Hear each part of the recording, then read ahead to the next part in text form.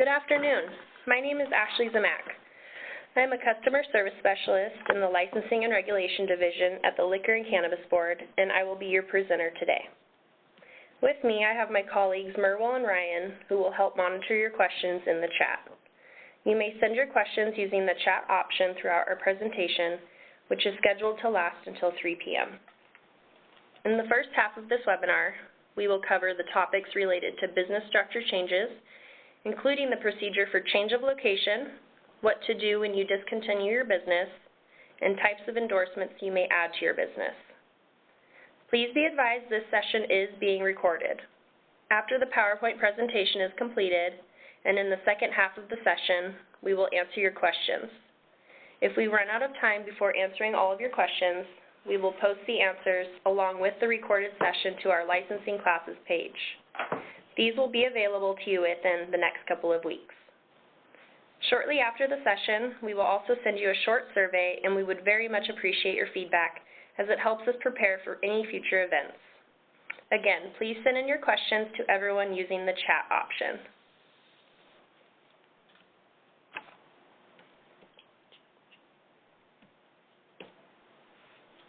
We will begin speaking about the process of changing your location. Change of locations are completed in accordance with WAC 314-07-015. This process applies to both retail and non-retail liquor and cannabis licenses. However, if you are licensed as a non-retail liquor licensee, you must make sure everything is updated through the TTB before you can change locations. And if you are licensed as a cannabis retailer, you may only request a change of location within your approved jurisdiction. Some common reasons to change your location would be due to eviction from your premise, selling your property, or simply put, you believe your business would potentially see growth if you move to a different location. In order to qualify for a change of location, there must be no changes to the current license type or true parties of interest. You must also make sure the license is currently active. If these requirements are not met, your application will change from a change of location to a new application, which will require you to pay the full licensing fee for the privilege you have applied for.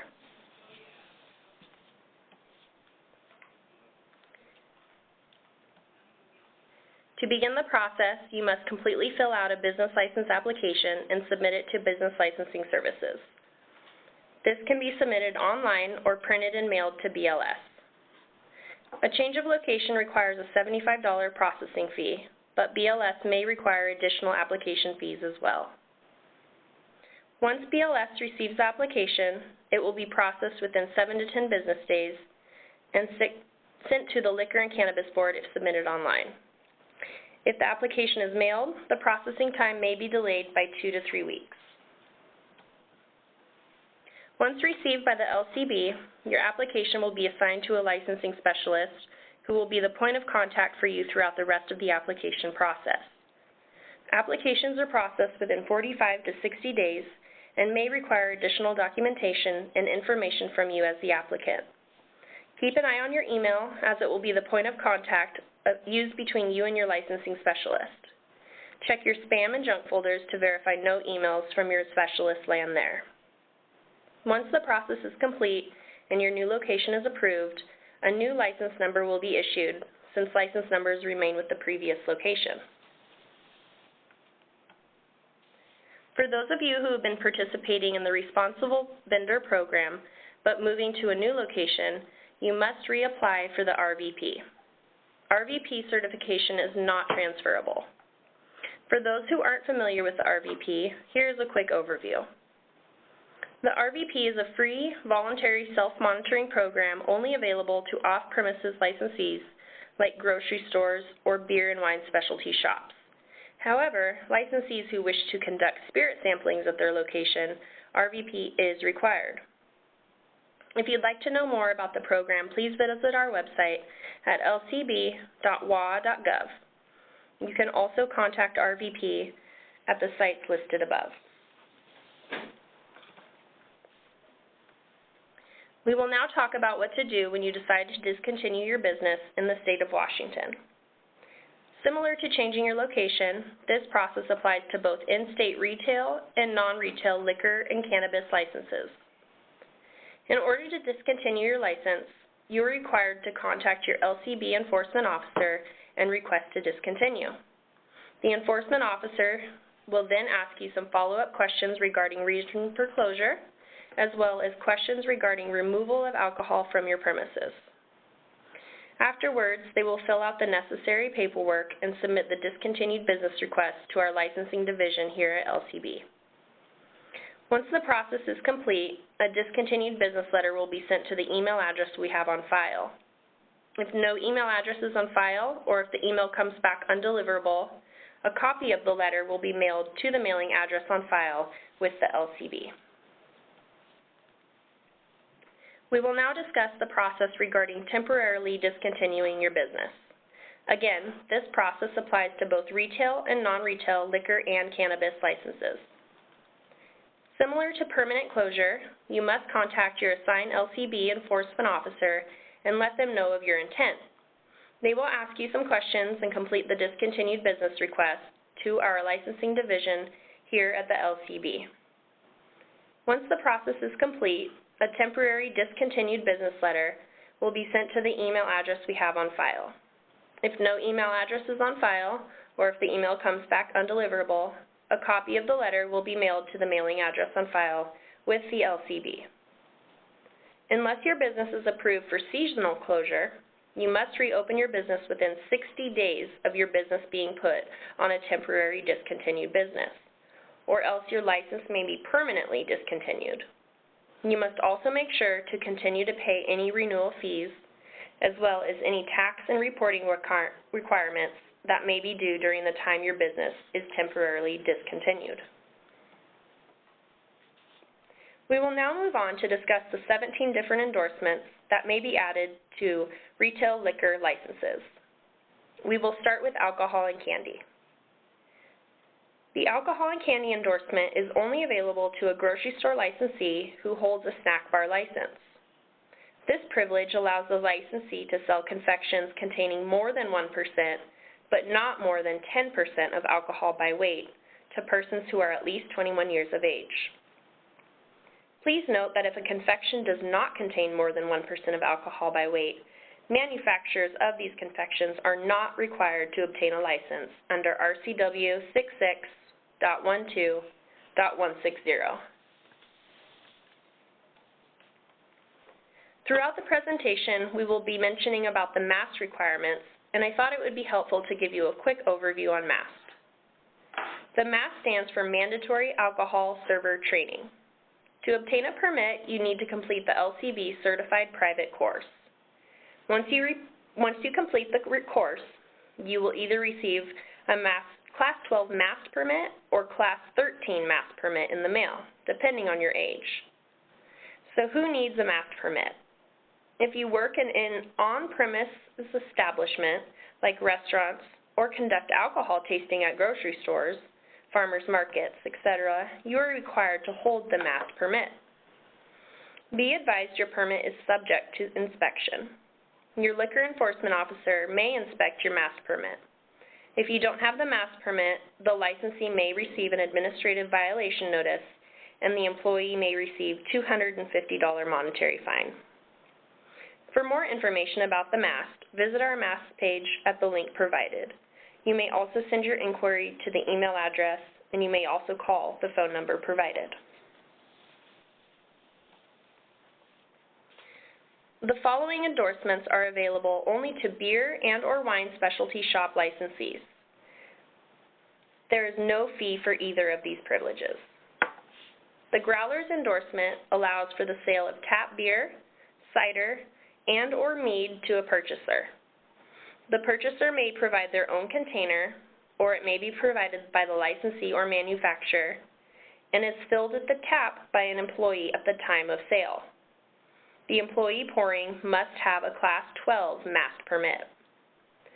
To qualify for this endorsement, the licensee must have more than 50% of gross sales in beer and/or wine, or are required to maintain a beer and/or wine alcohol inventory of more than $15,000.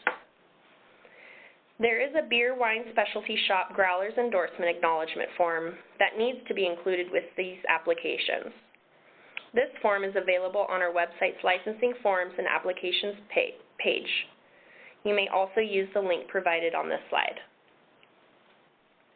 Keg sales. The keg sales endorsement allows a licensee to sell beer or cider in kegs or other containers that can hold 4 or more gallons of beer for off-premises consumption. Keg books can be ordered on our website through our enforcement page or by calling enforcement at 360-664-9878.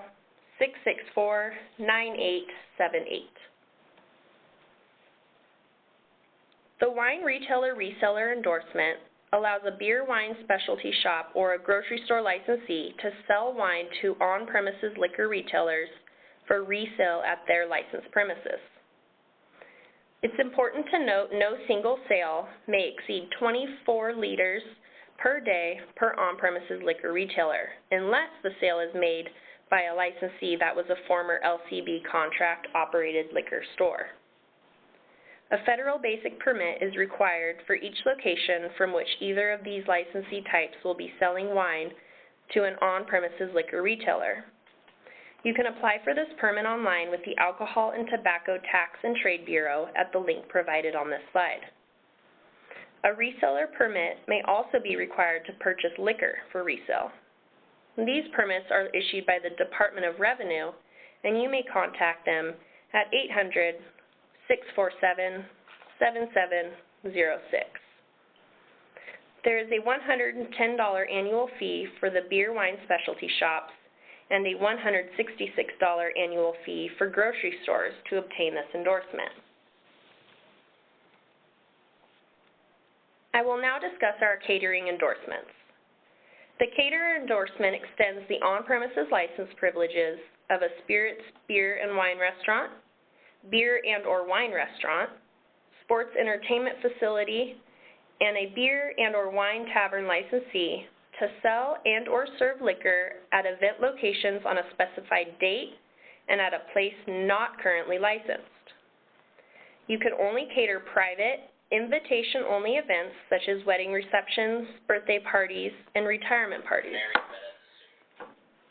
The only time you can cater an event that is open to the general public is if the event is sponsored by a nonprofit organization. The caterer will need to notify their enforcement officer at least 5 days before the date of event for approval. The annual fee for this is $350.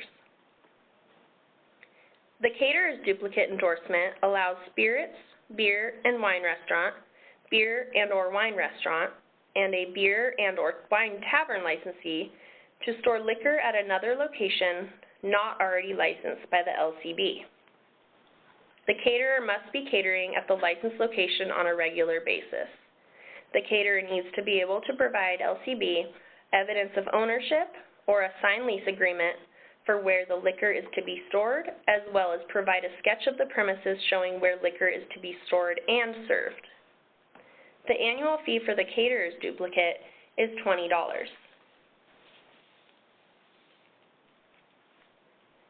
The limited spirit sampling endorsement is issued to a spirits retailer licensee and allows them to provide, with or without a fee, single serving spirit samples of 1/2 ounce or less and no more than a total of 1 1/2 ounces per customer during any one visit to the premise.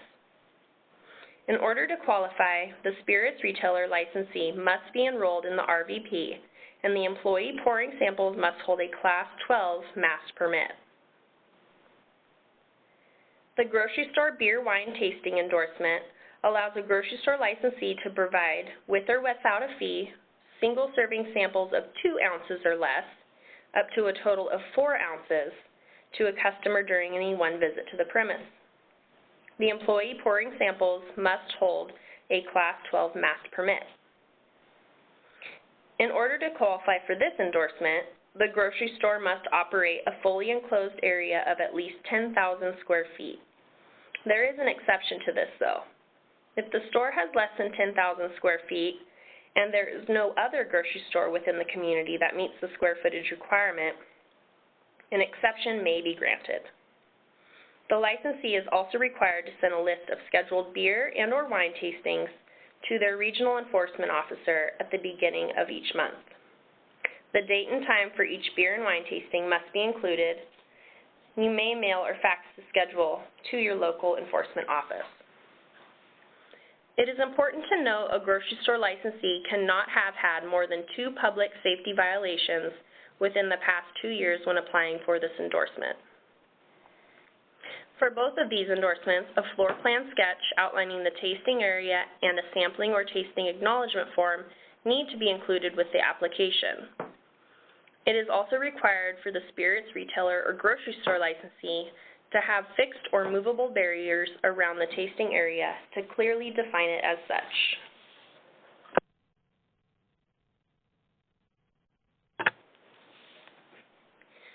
The next endorsement I will discuss allows a grocery store licensee to sell tap beer and/or cider to a purchaser for off-premises consumption.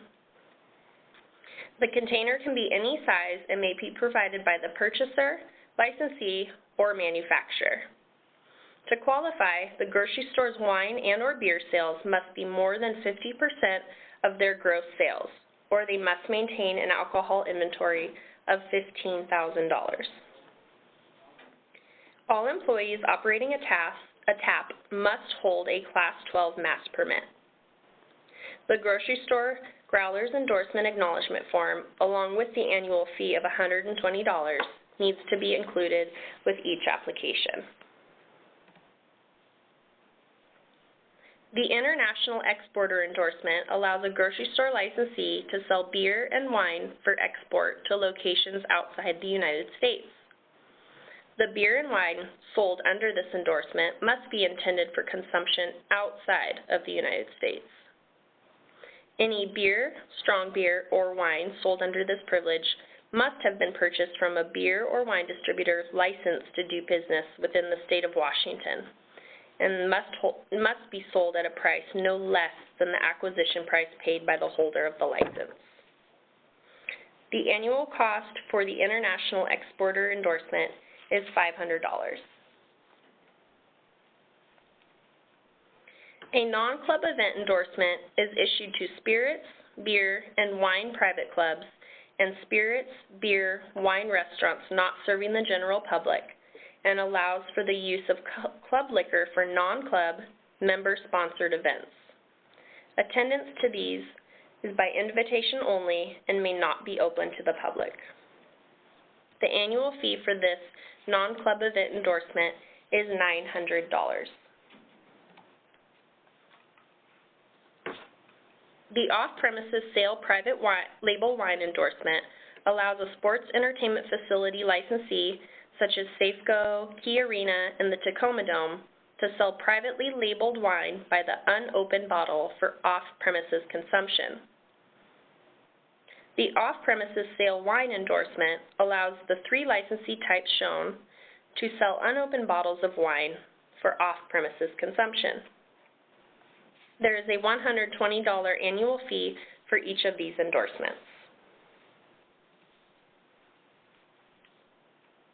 The off-premises endorsement allows a beer and/or wine restaurant and a tavern licensee to sell beer and/or wine in their original sealed containers for off-premises consumption. This endorsement allows for the sale of beer in kegs or other containers that can hold 4 or more gallons of beer, and for the sale of tap beer and cider to a purchaser who provides their own sanitary container that can hold less than 4 gallons.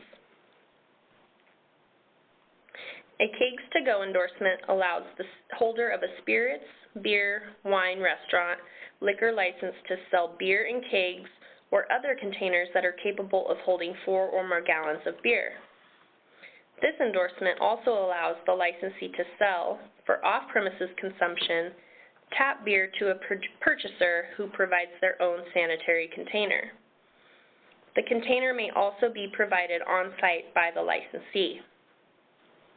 Both of these endorsements require the licensee and purchaser to complete and sign a keg registration form.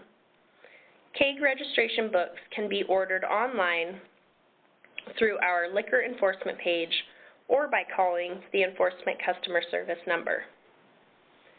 There is a $120 annual fee for each of these endorsements. The final endorsement I will discuss allows a licensed Washington retailer to receive direct shipments of beer, wine, or spirits from a domestic or U.S. winery, brewery, microbrewery, or distillery holding a certificate of approval to ship product of its own production to Washington retailers. There are two options with this endorsement. The licensed Washington retailer may receive direct shipments of product from only an in-state or from both an in-state and out-of-state United States winery, brewery, microbrewery, or distillery. There is no fee for the direct shipment endorsement, but once it is issued, the retailer must submit mandatory monthly reports to the LCB, even if no direct shipment was received. Applying for an added endorsement. You can apply for an added endorsement by submitting your completed application along with the appropriate fees to the LCB directly. The application will be processed within 30 to 45 days of receipt, sometime sooner. Once your endorsement is approved, Business Licensing Services will send a new business license to you that will show all the current endorsements attached to your liquor license. This concludes our PowerPoint portion of this webinar. While my colleagues are working on preparing your questions asked during this presentation, I'd like to give you a couple of reminders. You can still send in your questions to everyone using chat while we proceed with this Q&A period. We will first answer the questions we received prior to the webinar, and then we will proceed to answer the questions we received during this presentation. For any questions we don't get to today, they will be answered and posted along with this recorded session on our licensing classes page in the next 2 weeks. To get to our classes page, go to lcb.wa.gov, hover over the Licensing Services header, and select Licensing Classes. Our presentation will be added under the Archives list. After today's session, you will receive a short survey. Please take a few minutes to complete it and let us know how we can improve our next sessions. The feedback is very important to us. Please hold for a brief moment while we prepare your questions. We will then proceed with answering them momentarily. Thank you.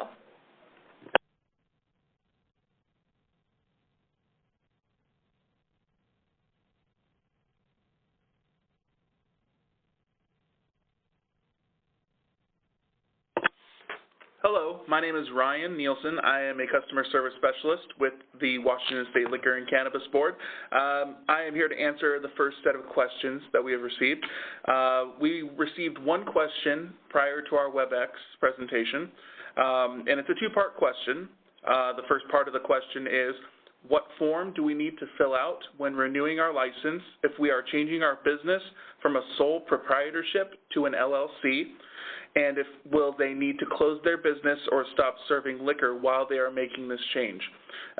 The answer is you will need to apply for an assumption through Business Licensing Services. That is done by filling out a business license application and submitting that to Department of Revenue Business Licensing Services. As far as closing your business, you do not need to close your business during this time as long as you keep your current license active. And if there's any renewals that are coming up, you'll need to make sure to pay those renewal fees. Other questions that we have received, the first one is, how do I get contact information for my enforcement officer? You can do that by contacting our licensing customer service at 360-664-1600 and then selecting option 1 on the menu. And you will be able to get in touch with us, and we will be able to give you that information. You'll just need to provide us with either your UBI number or your license number, your 6-digit license number, and we will be able to help you with that. Another question we received was, how do I know if I qualify for a temporary closure? And this is another thing going off of the enforcement officer, because you will actually get in contact with your enforcement officer and they will be able to let you know if you would qualify for a temporary closure. Another question that we received is, can I apply for my marijuana change of location online? And the answer to that is no. It must be submitted via paper application.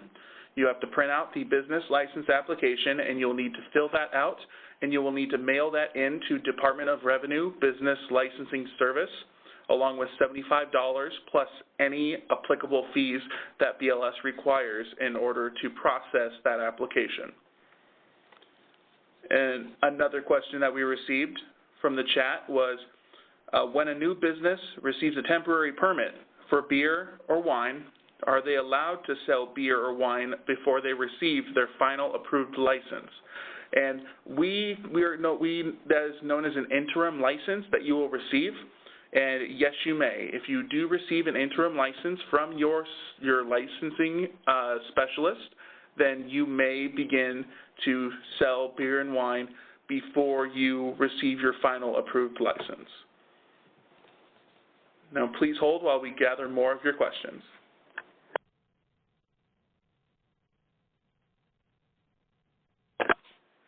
Hi, I'm Merwil Guzman, and I'm a customer service specialist at the Liquor and Cannabis Board, and I'm answering questions regarding added endorsements. First question we got, can I use my mobile food truck for my catering? With your catering endorsement attached to your liquor license, you can use your mobile food truck to carry and store alcohol at the event location.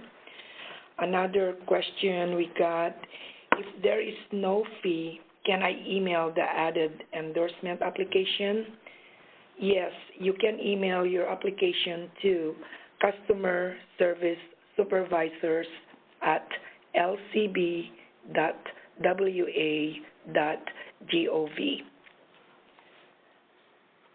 Another question here we got is, with the spirit, beer, wine, kegs to go endorsement, can you sell growlers you provide that are smaller than 4 gallons, like a quart or 1 gallon size? The answer is yes. Traditionally, growler is less than 4 gallons. And one more question here, how to obtain keg books. You can go to our website, which is www.lcb.wa.gov under enforcement and order online. Or you can call our enforcement at 360-664-9878.